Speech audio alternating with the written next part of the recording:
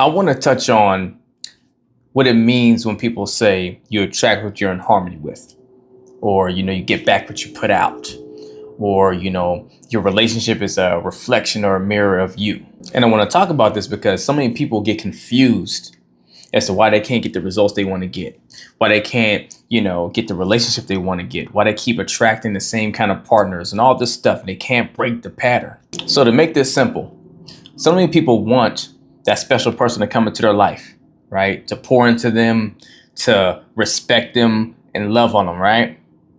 But the problem is you're not respecting yourself first.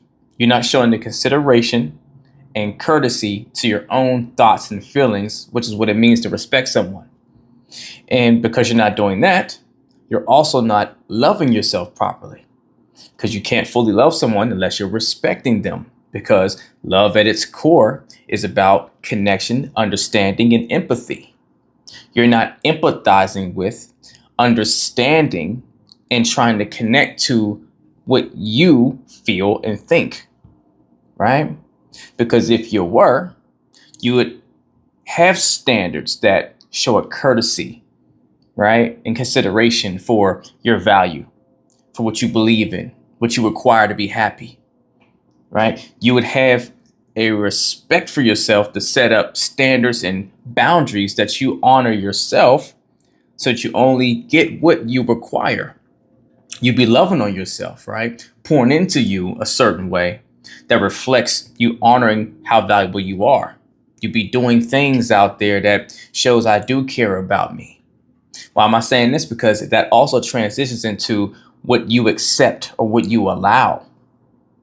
You're attracting the partners that are not respecting you, not treating you certain ways, because you don't hold yourself to a certain respect standard that they must mirror, so that you give them permission to be in your life because they are modeling what you are for yourself. We are all driven by how we self-identify.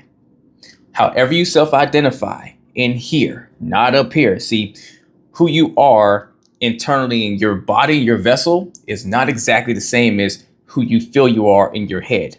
They should be in alignment, but more often than not, people think they're somebody that they are not, right? Because you only are what outputs from your body, because that's your nervous system. That's once whatever your beliefs get worked into your subconscious and becomes a part of just you. Reflex, if you will, habits, things you don't have to even think about. You just go into action with doing because it is who you are. You don't have to think about it, right?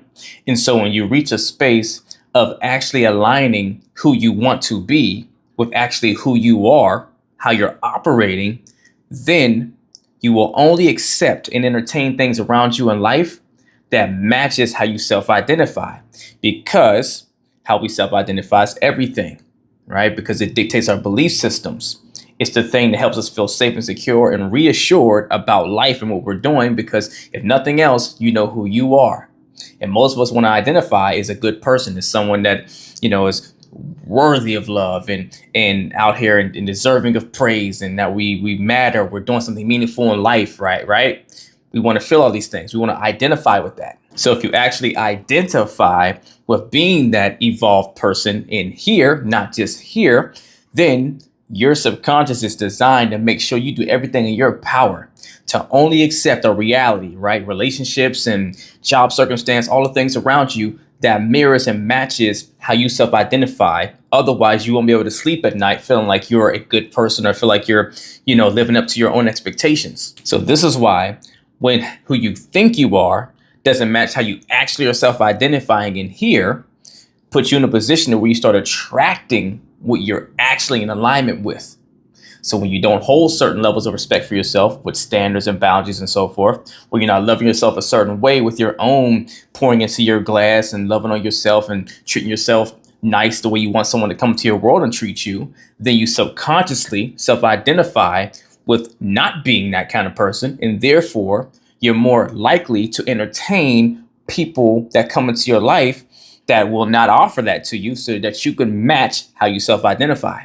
So if you're not being the product you're seeking, you're going to continue to attract people that align with how you see yourself truly in here. So before you keep dating to try to find that right person, or before you keep trying to make your partner treat you better, I want you to ask yourself this and identify, how are you respecting yourself first?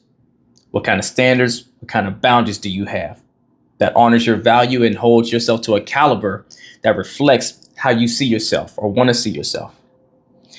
How are you loving on yourself? What are you doing to pour into your glass to remind you that you're special, that you're significant, that you matter, that you're love worthy? What are you doing to reflect that and live that as a model in your own life? And once you answer that, if there's anything that is missing, I want you to start doing those things. Start creating a schedule, a routine around doing those things. Then when you're doing it for at least 30 days, no less, I'm going to say 60, but at least 30 days to start that habit building. And your life starts to shape more around more of the things you should be doing and modeling for yourself. Then turn around and ask yourself, who does or does not fit my life anymore? What should I or should I not be accepting? And watch the difference it makes for your dating life and your relationship. Let's get it.